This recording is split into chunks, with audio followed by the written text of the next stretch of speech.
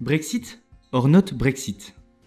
Telle est la question qui demeure une semaine après l'accord trouvé entre le Premier ministre britannique David Cameron et les 27 autres membres de l'Union européenne. Brexit est une abréviation de British Exit, évoquant l'hypothèse d'une sortie du Royaume-Uni de l'Union.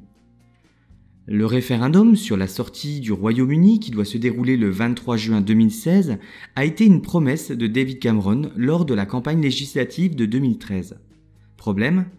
Alors que celui qui a ouvert la boîte de Pandore clame aujourd'hui qu'il a obtenu une réforme de l'Union et qu'il fera donc campagne pour le maintien du pays au sein de l'Europe, les sujets de sa gracieuse majesté penchent eux plutôt pour une sortie de l'Union. Certains affirmeront que la réticence des Britanniques porte sur la dimension politique de cet espace communautaire. Et cela ne date pas d'hier. Entré en 1973, le Royaume a déjà imposé une réduction de sa contribution au budget européen dès 1979. En 2016, cette ristourne pèse 5 milliards d'euros par an. En 1985, ils refusent de participer à la Convention de Schengen. Enfin, ils refuseront l'euro, entré en circulation en 1999.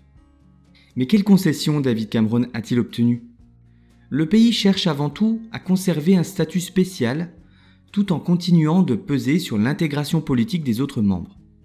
L'accord signé le 19 février comprend 4 points importants. La reconnaissance par l'Union européenne que l'euro n'est pas la seule monnaie en Europe. En revanche, Cameron n'a pas obtenu de droit de veto sur les décisions de la zone euro. Les traités ne stipuleront plus l'expression « union toujours plus étroite » que ne souhaitait pas Londres.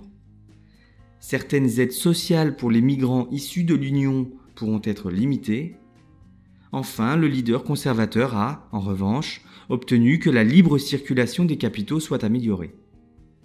Le Royaume a toujours occupé une place à part dans la construction européenne de par son manque de volonté à plus d'intégration. Une place que Londres pourrait quitter à l'issue du référendum si les tendances actuelles se confirment. Désormais, la problématique du Brexit a quitté Bruxelles pour Londres, où la campagne sur la sortie de l'Union anime déjà la vie politique. Les conséquences d'une sortie de l'Union restent floues. Les pro-Brexit y voient une source d'économie en récupérant les contributions versées au budget européen ou en réduisant l'immigration. Les anti considèrent que, comme l'Union européenne restera le premier partenaire économique du Royaume, il est important de rester membre pour garder un pouvoir de décision sur les réglementations européennes.